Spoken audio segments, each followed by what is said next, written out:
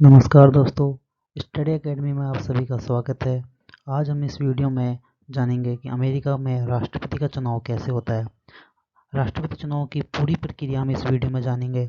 अगर आप यूपीएससी की तैयारी कर रहे हैं या किसी भी स्टेट पीसीएस की तैयारी कर रहे हैं तो यह वीडियो आपके लिए बहुत उपयोगी होगा। चलिए स्टार्ट करते हैं। अमेरिका में राष्ट्रपति के चुनाव को जानने से पहले हम अमेरिका के राष्ट्रपति पद को जानते हैं। अमेरिका का राष्ट्रपति पोटस नाम से भी जाना जाता है, the president of the United State. यह head of the state elect होता है और यह हेड ऑफ द गवर्नमेंट होता है। यह सरकार का प्रमुख होता है। यह अपनी एग्जीक्यूटिव ब्रांच को लीड करता है, अपनी कार्यपालिका को लीड करता है। यह अपनी तीनों सेनाओं का कमांडर इन चीफ होता है। जैसे इंडिया में हमारे आर्मी, नेवी, एयरफोर्स का अध्यक्ष जो होता है वो अलग अलग होता है, लेकिन अमेरिका में यह तीनों फोर्स का कमांडर इन चीफ होता है। अमेरिका के राष्ट्रपति का कार्यकाल 4 साल का होता है और यह मैक्सिमम लगातार 2 टर्म के लिए इलेक्ट हो सकता है। अमेरिका का जो राष्ट्रपति का इलेक्शन होता है वो इनडायरेक्ट होता है। काफ़ी लोगों को कन्फ्यूजन होता है कि अमेरिका में लोग राष्ट्रपति को डायरेक्ट चुनते हैं, लेकिन ये गलत है। इस वीडियो में हम आगे जानेंगे कि कैसे अमेरिका का राष्ट्रपति का चुनाव इनडायरेक्ट होता है। जो 45वें पोटस हैं वो डोनाल्ड ट्रंप हैं, जो 20 जनवरी तक अपने पद पर बने रहेंगे। 20 जनवरी के बाद जॉय बिडेन अमेरिका के राष्ट्रपति का पदभार संभालेंगे। अमेरिका का चुनाव लड़ने के लिए ज़रूरी है किसी कैंडिडेट की मिनिमम एज 35 साल होनी चाहिए, वह यूएस बॉर्न सिटीजन होना चाहिए और वह लास्ट 14 साल से अमेरिका का निवासी होना चाहिए या लास्ट 14 साल से अमेरिका में निवास कर रहा होना चाहिए। जैसे इंडिया में एनआरआई होते हैं, वैसे अमेरिका के एनआरआई राष्ट्रपति का चुनाव नहीं लड़ सकते अगर वह लास्ट 14 साल से कहीं बाहर रह रहे हैं। बात करते हैं यूएस कांग्रेस की। जैसे भारत में संसद होती है, वैसे अमेरिका में कांग्रेस होती है। इसके जो निचला सदन होता है, भारत में निचला सदन लोकसभा होती है, अमेरिका में हाउस ऑफ रिप्रेजेंटेटिव होती है। इसकी सदस्य संख्या 435 है। इसकी उच्च सदन को सेनेट कहते हैं। भारत में उच्च सदन को राज्यसभा कहते हैं। इसकी जो सेनेट की सदस्य संख्या है वो 100 है। अमेरिका 50 राज्यों से मिलकर बना है। हर राज्य से 2 कैंडिडेट सेनेट के लिए सेलेक्ट होते हैं। और एक अलग बात कांग्रेस की यह है कि यह अमेरिका के राष्ट्रपति चुनाव में प्रत्यक्ष रूप से भाग नहीं लेती है। यह राष्ट्रपति चुनाव में एक छोटा सा काम करती है, वह भी अंत में जाके। भारत से यह एक अलग बात है। भारत में राष्ट्रपति के चुनाव में संसद और राज्य विधायिकाएं मिलकर राष्ट्रपति का चुनाव करती है, लेकिन अमेरिका में कांग्रेस राष्ट्रपति चुनाव में भाग नहीं लेती है। अब बात करते हैं अमेरिका के पार्टीज के बारे में। अमेरिका में 2 मेन पार्टी है, डेमोक्रेटिक पार्टी और रिपब्लिकन पार्टी। अमेरिका में और भी छोटी छोटी पार्टियां हैं, लेकिन मेन यही 2 पार्टी हैं जिससे अमेरिका का राष्ट्रपति चुन के आता है। डेमोक्रेटिक पार्टी उदारवादी पार्टी कहलाती है। यह ऐसा माना जाता है कि यह उदारवादी सोच पे चलती है। इसका जो चिन्ह है वह है गधा, और इसका जो नेतृत्व कर रहे थे इस बार जॉय बिडेन कर रहे थे, और यही पार्टी इस बार चुनाव जीत चुकी है। रिपब्लिकन पार्टी को जीओपी पार्टी भी कहते हैं, इसको ग्रैंड ओल्ड पार्टी कहते हैं। यह माना जाता है कि यह अमीरों का समर्थन करती है, यह अमीर लोग इसका समर्थन करते हैं, ऐसा माना जाता है। और इसका नेतृत्व इस बार कर रहे थे डोनाल्ड ट्रंप, और यह पार्टी अभी सत्ता में है, जो 20 जनवरी तक सत्ता में रहेगी। इसका जो चिन्ह है वह है हाथी। और भी कोई छोटी छोटी पार्टी हैं, जैसे green party, T party, libertarian party. यह छोटी छोटी पार्टी अमेरिका में है। इसमें मेन टी पार्टी है। यह बहुत सारे एग्जाम में पूछा जाता है कि टी पार्टी किस देश में है, तो यह हमें यह ध्यान रखने वाली बात है कि टी पार्टी अमेरिका में है।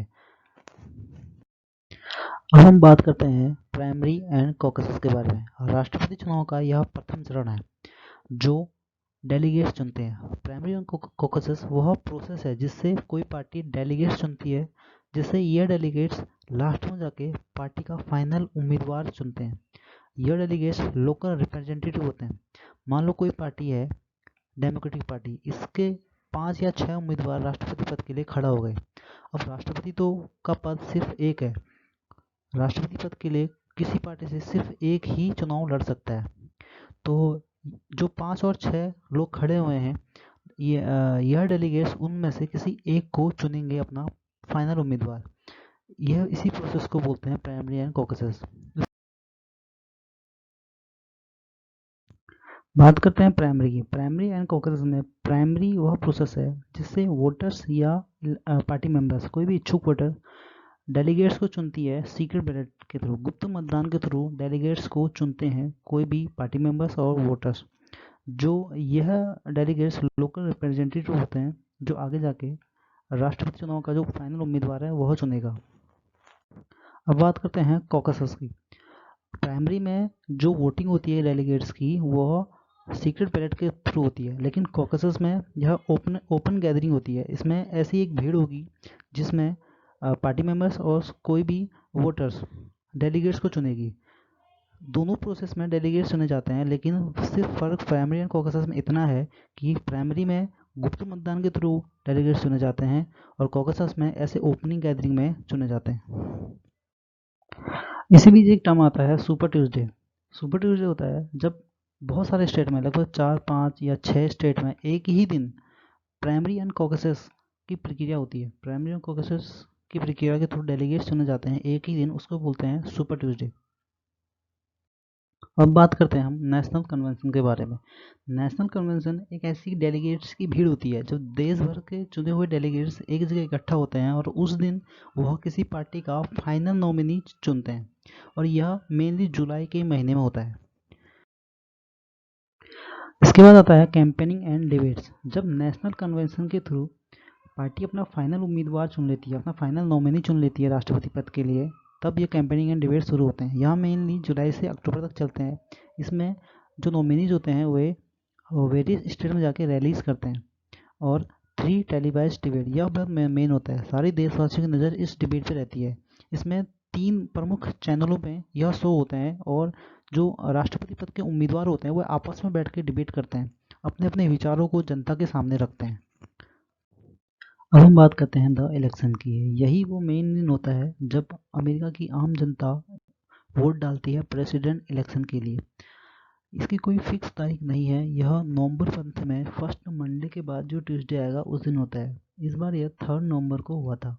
आम जनता जिसकी उम्र 18 साल से ऊपर है वह वोट डालती है और यह डायरेक्ट प्रेसिडेंट को वोट नहीं करती, यह इलेक्ट करती है इलेक्टर्स को। यह इलेक्टर्स कौन होते हैं? यह पार्टी द्वारा उनके उम्मीदवार होते हैं जो अलग अलग राज्यों में उनके निर्वाचन क्षेत्र से चुनाव लड़ते हैं। इनकी संख्या पूरे अमेरिका में 538 है। इसी 538 को मिला के बनता है इलेक्टोरल कॉलेज। इसी बीच एक टर्म आता है winner take all. Winner take all का मतलब है, मान लो कैलिफोर्निया में इलेक्टोरल की संख्या है 55 और डेमोक्रेटिक पार्टी ने इसमें से 30 सीट जीत ली और रिपब्लिकन पार्टी ने इसमें से 25 सीट जीत ली। अब यह पूरा जो स्टेट है कैलिफोर्निया, इसकी जो 55 सीट है यह चले जाएगी डेमोक्रेटिक पार्टी को। इसी को बोलते हैं विनर टेक ऑल। इस मैप में हम इलेक्टोरल कॉलेज की संख्या देखते हैं। कैलिफोर्निया में 55 है, टेक्सास में 38, मोंटाना में 3। इलेक्टोरल कॉलेज की संख्या वहाँ की जनसंख्या के आधार पर तय होती है। जिस राज्य की जनसंख्या अधिक होगी वहाँ इलेक्टोरल कॉलेज की संख्या भी ज़्यादा होगी। इलेक्टोरल कॉलेज चले जाने के बाद हर इलेक्टर्स दिसंबर में वोट डालता है। हर इलेक्टर्स अपने राज्य की राजधानी में 2 वोट डालता है, एक राष्ट्रपति के लिए, दूसरा उपराष्ट्रपति के लिए। यह सारे वोट अंत में वॉशिंगटन डीसी जाते हैं कांग्रेस के पास।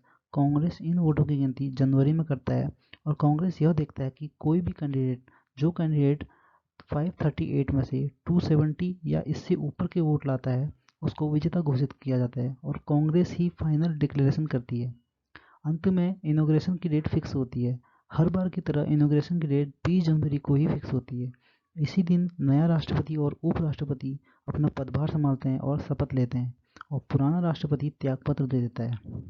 तो यह थी अमेरिका में राष्ट्रपति चुनाव की पूरी प्रक्रिया। आपको वीडियो कैसा लगा कमेंट बॉक्स में बताइए। अगर आपको वीडियो पसंद आया हो तो लाइक कीजिए एंड चैनल को सब्सक्राइब कीजिए। Thank you.